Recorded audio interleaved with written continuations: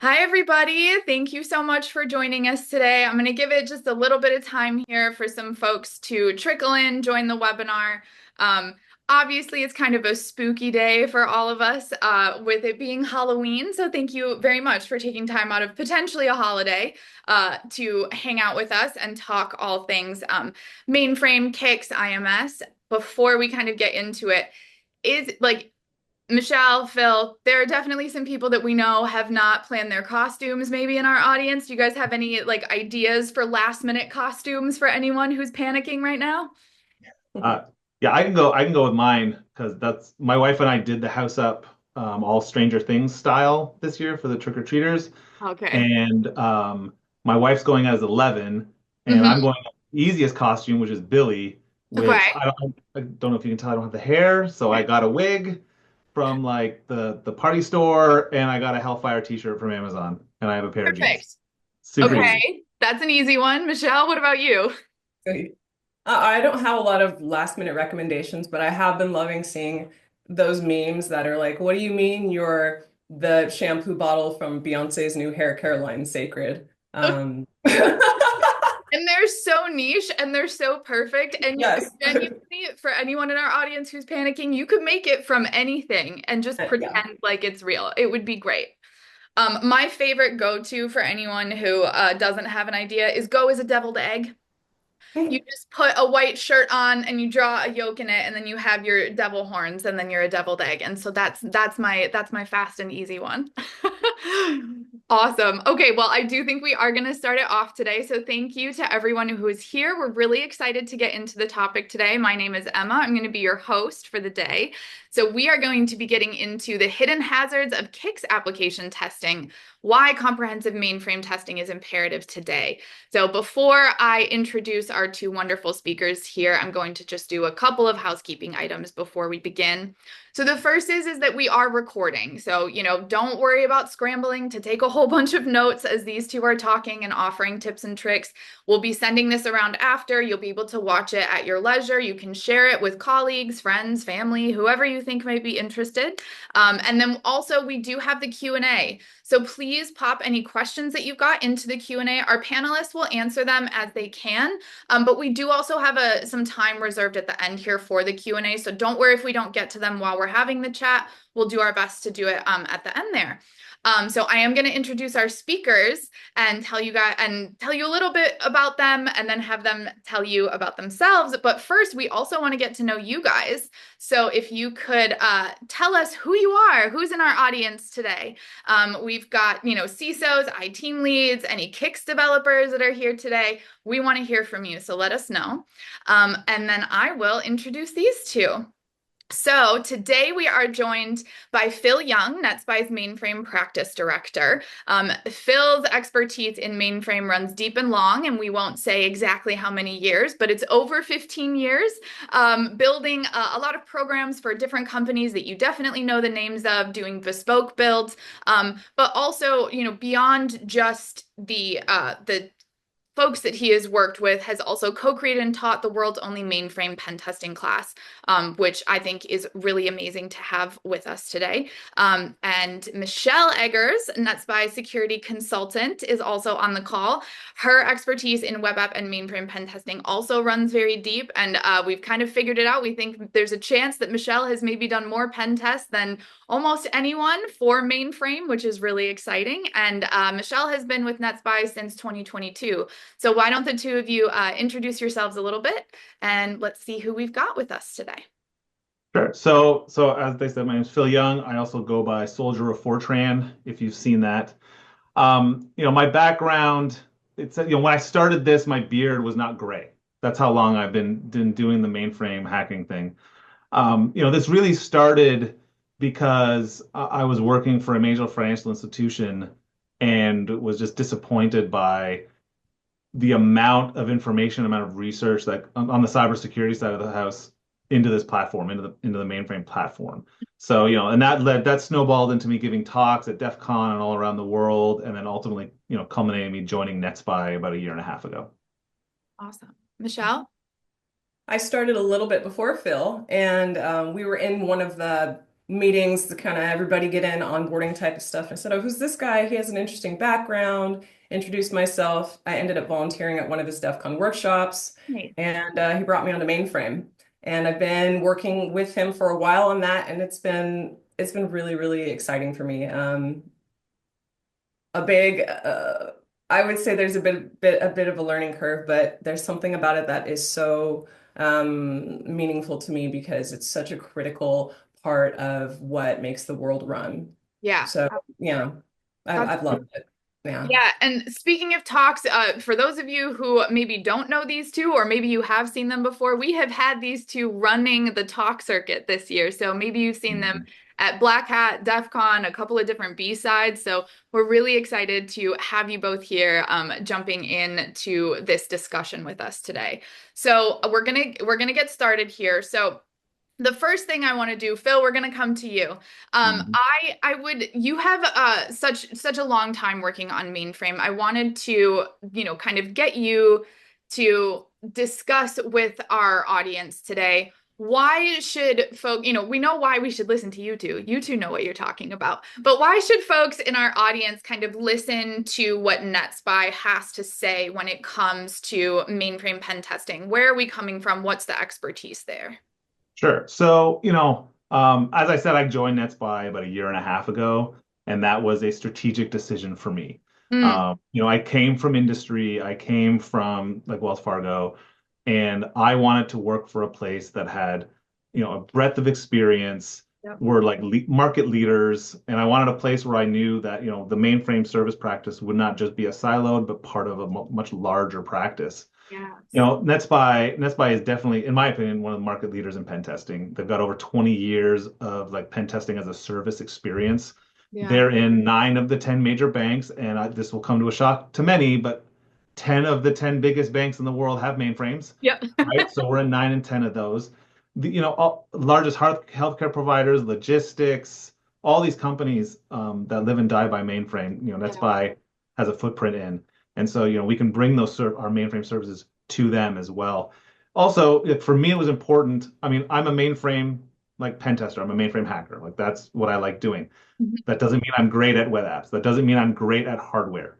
And joining NetSPI, we have just such a deep bench of pen testers Yeah. from web app to net to AI. Internally, some of the marketing spiel is we do everything from mainframe to AI and everything in between. And Mhm. so for me, that was important because oftentimes we'll come across web apps running on these mainframes.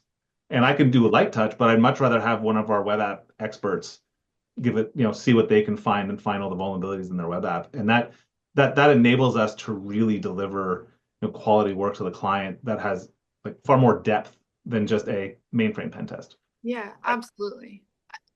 I think also for me, I'm going to put Michelle on the spot here when we're talking about consultant expertise, and we've kind of alluded to this earlier.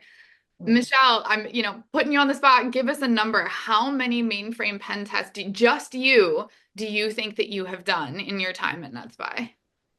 So specifically testing CICS or IMS Yeah. applications, probably around about 20, which doesn't sound huge, but it is because we were not able to actually effectively test these mainframe applications at all, really, until a couple years ago. So it's a new burgeoning industry essentially being able to test these very specific applications within the mainframe. So it's cool to be at the forefront of that.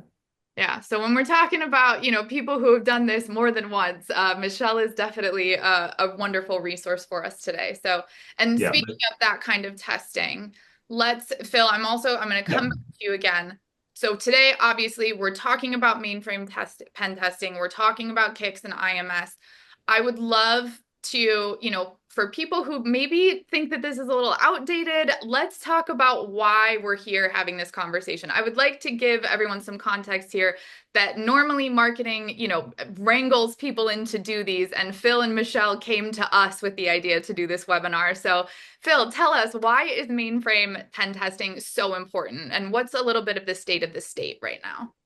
So, initially I wanted to put this webinar together to talk specifically about kicks, right? but I've been, Michelle and I have gone to Share, we've gone to Vanguard. Those are mainframe industry conference events. Yeah. And we talk about things like, why was the mainframe neglected for so long? Why, how come all these companies that said they were going to move off the mainframe haven't done it yet? These mainframe conferences are still going strong. Yeah. So it's and in my opinion, and I'm starting to see this shift is, there was a lot of push in the 90s and the early 2000s to move off the mainframe. There was this fallacy of like, if we move off, it'll be cheaper for us in Yeah. the long run. It's just trading costs, right? Now, for a while there was the idea of like, oh, we'll just lift and shift our mainframe to the cloud, and then we can get rid of the mainframe. Well, you're just paying, Azure the same amount you'd be paying for your mainframe anyways. Right. So it's not really, it was more about just lifting and shifting. And so, if you're a CISO or if you're in the cybersecurity org, or you're going to really dedicate resources to something that the organization has been talking about moving off of for 30 years, Yeah. right? And so what's happened in the last, like, I want to say decade has been a shift closer to more modernization. So they call it mainframe modernization. So now instead of pushing people to move off the mainframe, the acceptance is we have this excellent architecture, this excellent machine, it's running billions of dollars of transactions a day. How can we integrate it to the rest of our ecosystem? And IBM provides support. Cobalt supports JSON now. All the CICS applications support web, and lots of places still use CICS, the green screen apps, to do a lot of their workloads, Mm-hmm. right? And so there's sort of been like an awakening to the idea of, hey, maybe we should start testing these and really understand them, because ultimately cybersecurity is responsible for the cybersecurity of all their IT assets, Yeah. right? And mainframe is one of those assets, right? Obviously the problems with that is, when I first started doing this, like legitimately, like as a career, 15 years ago, there were no resources. I started doing this because there were no resources, and that was an alarming thing for me. Like, look, I bank, as many people here on this call do, Yeah. and banking is driven by mainframes. Yeah. And there's been zero, like at the time, there was very little cybersecurity research going on the platform. Yeah. Like to help, like even I was an auditor, and even the audit guides were missing parts of the audit. So it's it's just been something that was of concern to me, and now we've been able to like sort of close the gap a little bit. So now at least companies can get mainframe pen tests, understand what their current threat landscape looks like, and get a better understanding of what they need to fix. Absolutely. And I'm going to launch another poll here for our audience. I would love to see what folks are, where you're at with this. So do you have a mainframe? Have you done a mainframe pen test? Where are we all at? And I'm also going to, as we do that, so that was kind of the mainframe pen testing, the industry, where are we at? I would love, Phil, to come to you one more time before we go to Michelle. So why are we here on this particular webinar? Why did you two want to do this educational session? There's all of these like wider industry issues, but what do we want to talk about today? Right. So like I reached out to Emma and said, we need to do a webinar about CICS. I have done multiple pen tests now for across multiple organizations, multiple industries, where I have found CICS regions that have been poorly configured, CICS applications that have, allowed certain attack types, and there's just really a lack of awareness on the dangers that this represents, right? So I'll give a specific example. We're constantly seeing some of the default IBM CICS transactions being accessible as an unauthenticated user, right? And if your mainframe's not segregated off from your corporate network, or even worse, if it's internet facing, that prevents significant risk to your mainframe environment. We've done tests where we go from no access to taking over entire LPAR through a misconfigured CICS region, right? And I was seeing it so often that I said, like, we have to talk about this, publicly, to get people to raise awareness about this topic. 100%.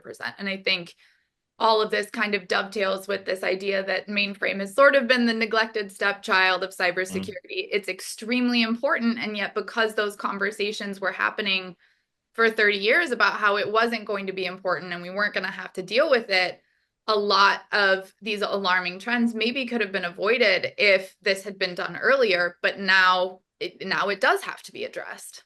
The other issue was there were just no resources. Like if you're a pen tester or you work on a red team and you work at a corporation that like an enterprise that has a mainframe and you say, okay, we need to test this. We need to look at it. Yeah. There were just no resources available. There was Yeah. just nothing, right? And so I and a few other people, Michelle and others, have to create the playbooks on how to do this, Yeah. right? To enable everyone to be able to test this platform. Yeah. So that I'm going to come to you now, Michelle, because I think, Phil has done a really wonderful job setting us up with what's been happening in the industry. What are we specifically talking about today? I think, this could be, this is a lot for people, right? Like there could be a lot happening. So what do we do to kind of answer those needs that folks have, both industry wide and like just within their company? And how does Mainframe and CICS IMS testing in particular tackle some of the problems that we've got here on this slide, and then some of the other ones that Phil was discussing earlier? Sure. So really, it begins with having a more holistic view of your entire stack. Again, not setting mainframe to the side, not saying it's out of scope, neglecting it in any way.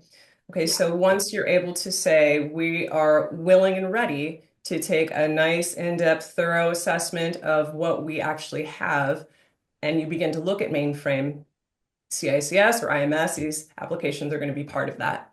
There's tooling available now. It's really cool things that were released maybe a year and a half ago, X3270 or Hack 3270. It's an open source tool. You get it on GitHub.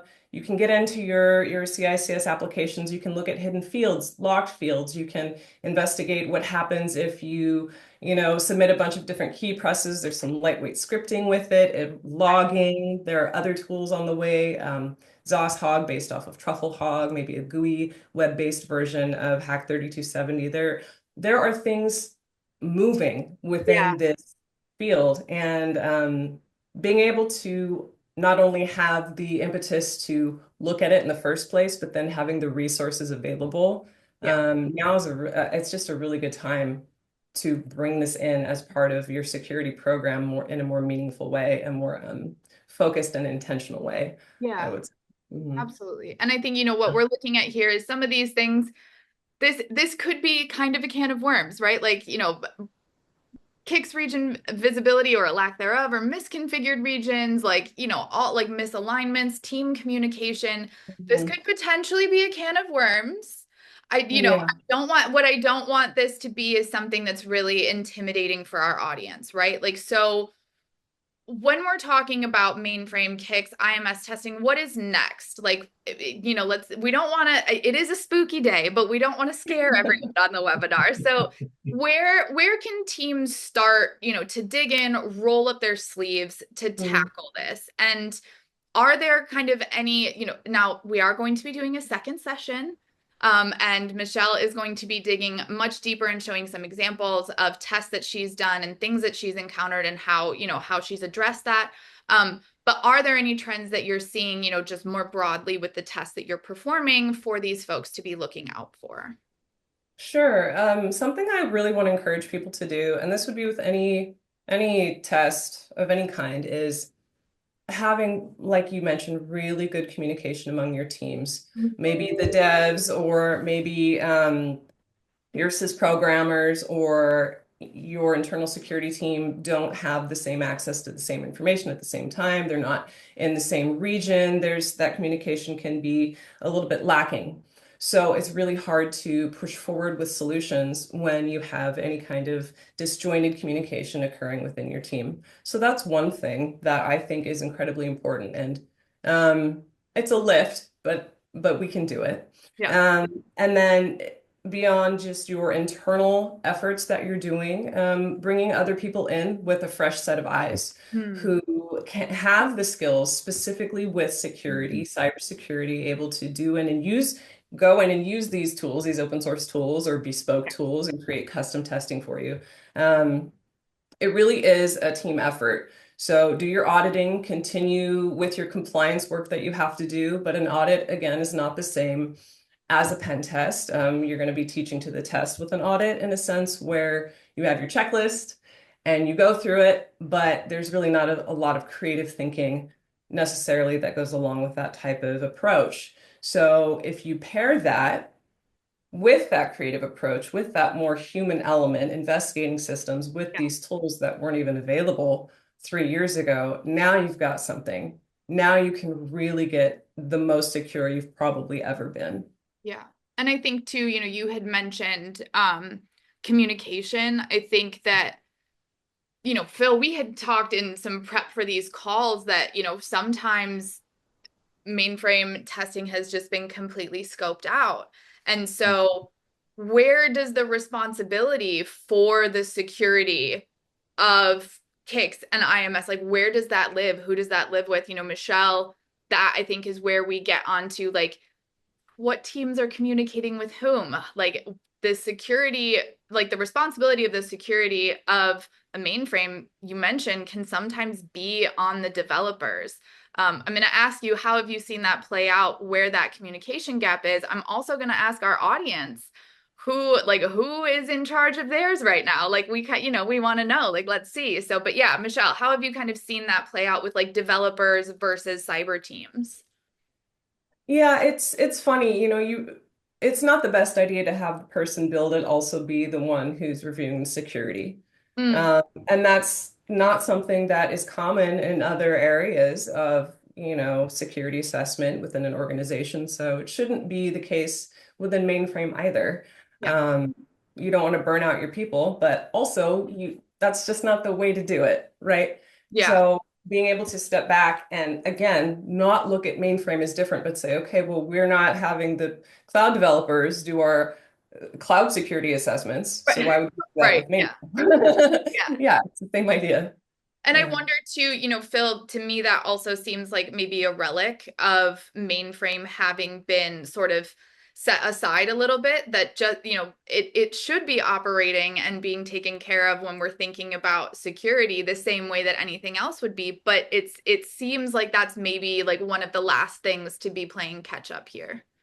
You know, the mainframe was around before cybersecurity was a thing, Yeah, right? yeah. Um, so I used to joke in my talks that cybersecurity for mainframes was a guard with a gun that to let you in the data center, like that was security. Yeah, So it's older than cybersecurity, and the mainframe organization probably, the mainframe organizations is probably generating billions of dollars of revenue, yeah, and especially at large banks. And that gives them a lot of political clout to say no one touches this thing unless without our approval. No one's pen testing, and they're able to scope out the mainframe from a lot of testing, but that also puts a lot of responsibility on them for the security of the platform, right? Like it's just the reality of a lot of cybersecurity organizations don't have mainframe experts, and if they do, they might have one or two on their staff. And so you get into this challenge of, ultimately the CISO is responsible for the cybersecurity of the organization, but they sort of leave the mainframe decisions up to the mainframers because it's such a complicated and it's grown organically over 30 years. It's complicated and people don't, there was like for years we were dealing with like myths that the mainframe was unhackable and buffer overflows weren't possible on mainframes. Oh, you can't hack CICS applications. And all those barriers have slowly come down year over year as we started doing research into it. And so we just end up in a situation where you you you just need to like start looking at this platform and yeah, start really digging into it and start testing it. It's hard at first. I'm not gonna lie, it's very hard at first, but it gets easier the more you do it and the more you know about it. yeah, And especially if it's a critical part of your infrastructure, you have to look at it. yeah. I think we are about to head into our last slide here. So if you've got any questions, pop them into the Q&A before we sort of come to the tail end here. But I think that really does, Phil, set us up really nicely for this last slide, which is kind of like what are the mainframe TLDRs that we want to take away from today? And I think, Michelle, I'm going to come to you with this first one because you mentioned compliance first. We are not anti-compliance here. We know that you guys all have checkboxes that you have to do. We totally get that and we support that. But I think that there is a bigger picture here of changing from a compliance first mindset to an asset management mindset, which includes compliance, right? Like if you really kind of know what you're looking at. And Michelle, you had put it really eloquently on one of our sessions before. And this is something that we also say at NetSPI a lot, which is that you don't know what you don't know. And an audit isn't going to give people what they need when we're thinking about mainframe. Can you talk a little bit more about that mindset shift? Yeah, just a brief example. I'm on a CICS test and I'm using my tools and I open a field. I unlock a field, a hidden field, and it was a password management feature within the page, within the screen. That's not something that you'll get with an audit. That's not something that you'll get with a scanner because typically we can't use scanning tools in a mainframe environment anyway. Yeah. Mm-hmm. So really, really taking to heart and understanding that this is a whole group effort. This is teamwork, making it work. Using your compliance and auditing, using third-party pen testing or internal pen testing as well. Just pen test, please. Any way you want to do it, just make sure you're doing it. Yeah. An audit's not going to cover it. Your communication is important. And then also, as you mentioned, that doing your IT asset management. So a lot of times we'll get into a CICS kickoff or demo and we'll say, okay, how many screens do you have? So we don't really know. They might have hundreds of transactions in there and they're only using, a handful of them on a regular basis. But then over the years, they've had these other ones that were built and used and then became defunct, but they're still accessible. And then maybe we're not even sure how much damage they could cause. So yes. So just being willing to look at everything that's in there, one piece at a time, deciphering how risky is it or how safe is it, and going from there. Amazing. Yeah. And actually, that gets us into this next one, Phil, which is thinking bigger picture about risk. When we're talking about potentially mainframe having been scoped out, that, no business has no risk. We know that. But when we're talking about assumption of risk, we're all sort of, I think, assuming on our ends with it as well, an informed assumption of risk. If you're not doing this, the argument here would be that you actually don't have an informed assumption of risk if you've just set this aside. Yeah, oftentimes we encounter environments in a pen test where I'll get a little technical here. We're able to add a program to an APF authorized library, which allows me to take over the L part. These systems have been audited for decades, and all these things, and yet somehow these things slip through the cracks, and these are dangerous things that slip through the cracks, right? And the risk of we joke when we're setting up pen tests here at NetSPI, we don't like to touch the production LPARs. We just don't like that's a thing we don't want to do. Yeah. And we joke because we don't want to end up in front of Congress, right? Yeah. That's the reality. There's an opportunity where if we're touching prod and we take down your ATM network, that NetSPI will be called in front of Congress to talk about it. So we don't want to do that, right? So but that's the risk that we're talking about here. If you're scoping these out from, outside of the required compliance that you have to do, and which is fine, right? I think compliance is great. It forces enterprises to do, security. But if you're scoping them out from the rest of your normal cybersecurity program, vulnerability scanning, a cadence with pen testing, all the sort of logging and monitoring and alerting and playbooks, all these things that make up a cybersecurity program, you're introducing risk to probably the most critical platform. Yeah. Right. And so you can't really think of it as its own thing. That's too hard. It's too big. It's too different. It really needs to be part of just a normal part of your IT cybersecurity program. Yeah. And I do understand, for, our audience, maybe this has been something that's been a little bit intimidating, or, you're trying to convince people that this is something.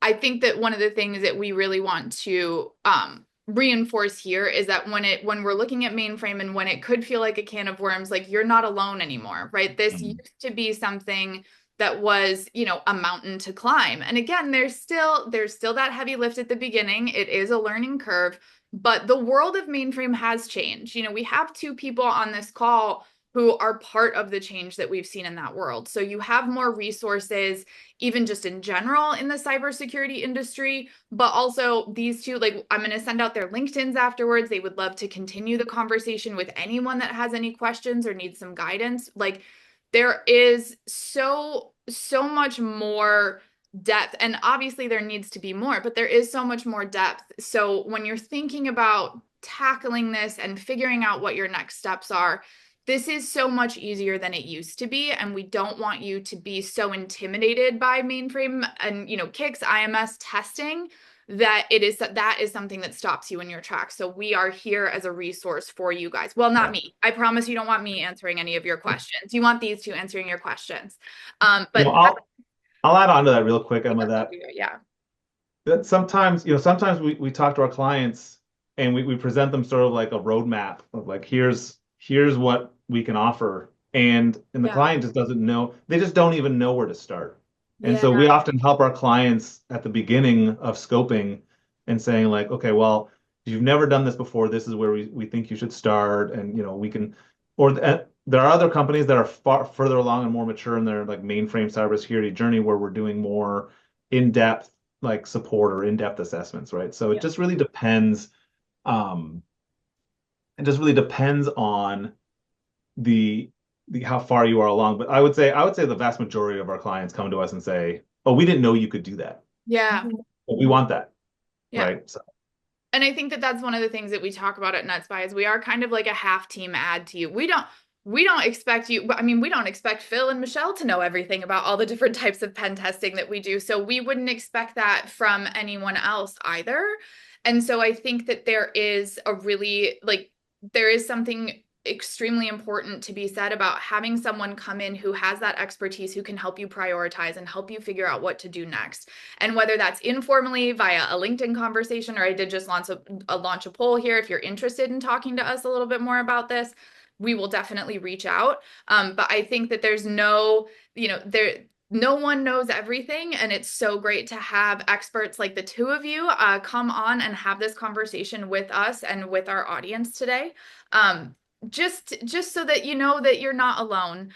So we are going to transition here to the end. So I just wanted to say thank you to everyone who's been here, listening and supporting and engaging with us. I don't see any questions in the Q&A, but we did want to kind of go through some of these poll results here. So I'm going to pull these up here. So this first one is, we've got a group of people here. Do you have a mainframe? Have you done a mainframe pen test? So we don't have, okay. So the good thing is it doesn't look like we've got anyone on the call, Michelle, who's never tested their mainframe. So that's good. I Um, like that. yeah, it does. But we do have some folks who have created some bespoke in-house testing for it. Phil, I know that you know how much of a lift that is. Is there anything that any advice that you have for those folks who are kind of working through that themselves right now? I wish I could say that there were more resources. If I will say this, if you are doing internal bespoke, like you've developed your own testing program, just share it with the world if you can. Mm, It's I can guarantee you the other companies that don't have a bespoke in-house testing program would love to have and to learn from your experience, yeah, right? That doesn't necessarily mean doing webinars and talks and whatnot, but at least being able to share that experience with people, at Share or at, the various other, if you're in the cybersecurity org, I strongly recommend you check out the mainframe conferences, Share, Vanguard, Guide Share Europe. It's a completely different world than what we're used to on the cybersecurity, Black Hat, RSA, and DEF CON. yeah. And so, take that opportunity to share your experience. I'm sure the cybersecurity track at Share would love to hear how you're doing your testing and how you created a successful program, because lots of companies are struggling with that. Yeah, And the 100%. goal is that everyone becomes more secure, Yep. right? It's Mhm. not a race to a finish line. We're all trying to keep our data safe. Yeah. So yeah, being able to have those conversations without gatekeeping to the point of insecurity, I think is paramount for the industry as a whole, for the health Yep. of the industry. Yeah, 100%. And as someone who did create that bespoke or Yeah. multiple bespoke programs at Wells Fargo, I can tell you so many meetings. My first year at Wells Fargo, I didn't touch a single mainframe for like 12 months. And it was mostly meetings Yeah, until everything was approved and we got everything underway. But so it's hard. So fully. And then this other one, Michelle, so we do have who's in charge of your CICS and IMS testing. So it looks like we've got a pretty decently even split here. mhm. But this does kind of track with what you've got. We've got most people answering a combination of the two, and then developers are winning out over that cybersecurity team, Michelle. So, I think that the conversations that we're having about communication and who should be in charge are really important ones to have. Yeah, honestly, I'm excited to see the growth that's occurring in this industry as far as internal testing, the attention that's being paid to mainframe in general, not even just CICS and IMS and the transaction or the, application environments. It's really that important. Yeah. You're running your debit card, it's probably hitting a mainframe every single day. And if we're not paying attention, then we're kind of setting ourselves up for a bit of disaster. Yeah. Or I mean, think about the airline industry. Like, how many planes would be grounded if Yes. if a handful of mainframes went down, how many flights would be grounded that day, right? Like, it's a systemically important platform. Yeah. Mhm. And it does look like, you guys, we do have one question that's come up in the Q&A. So Johannes, thank you so much for submitting this one. So are the main threat actors when considering mainframe security threats typically internal or external? And how do you respond to either and bolster security in the event of an attack? So we could do internal or external first. I'll take in external and I'll let Michelle do the internal threat. But so one of my art projects is finding mainframes that are internet facing, Mm, right? It's just a fun little art project that I run, just because I think the screens look cool, right? Being an EBCDIC artist myself, I can know the pain of putting together those screens, and so I'm just amazed by the look at them. But you know, there are risks of having your mainframe be internet facing if you're not locked down, if you haven't locked down your SNA network. yeah. There's all kinds of avenues, you know, in that space. And so, from that perspective, we know just from rumors and whatnot that threat actors are looking at at the platform specifically. If they can access it externally, that's even better than having to, phish someone at your org. But I remember like when I was at Wells Fargo, someone sent me a threat intelligence report that had my name in it from some Russian forum because they were talking about like mainframe, Mm-hmm. like looking at the mainframe, right? So it's definitely like from an external threat actor perspective, it's definitely on their radar. Yeah. Um, one thing we didn't really talk about is mainframes are well integrated into the enterprise, right? They have APIs and all these things. So might not even be a targeted attack on the mainframe specifically. They just might be following the same flow an employee does to get pricing information for something, and Yeah. they're going to scrape that data the same way they would scrape data from a website, Yeah. right? And I know we're not really talking about, responding or remediation or anything like that here, but is there anything like when we're talking about external, is there anything that you like can say about like responding or bolstering security in response to that? I'm working on a project right now to Mm, help a company with their logging and monitoring. What a decade ago, all the logs sort of just lived on the mainframe. They mm, didn't go anywhere. They're called SMF records, but they would stay on the mainframe. From a forensics perspective, they would just stay there. And it's great. The logs are fantastic. It's really robust logging, but it yeah. just stays on the LPAR. And there was not many companies had moved their logs out of the mainframe into their normal SIM environment, right? Like Splunk or whatnot. And nowadays, there's lots of tools available from various different vendors that allow you to do that, Mm, right? And so, like I gave a presentation with BMC about their product. Like there's lots of products out there that do it. yeah. And so, you know, but the problem is it's now in your SIM, but the blue team doesn't know how to react to Mm, those, right? So we're inching closer. I want to say like maybe 5, 6 years ago, I was at Share and we were debating this topic, and I said like, hey, we're decades behind the rest of the industry. Playbooks don't exist, or if they do exist, it's unclear who to communicate with or talk to find out what's going on. And so from a detection capabilities, detection engineering capabilities, the mainframe is way behind. Yeah. And Michelle, what about, we talked a little about external, but what about internal? And when you've been doing these, have you been seeing more internal or external sort of threats come through?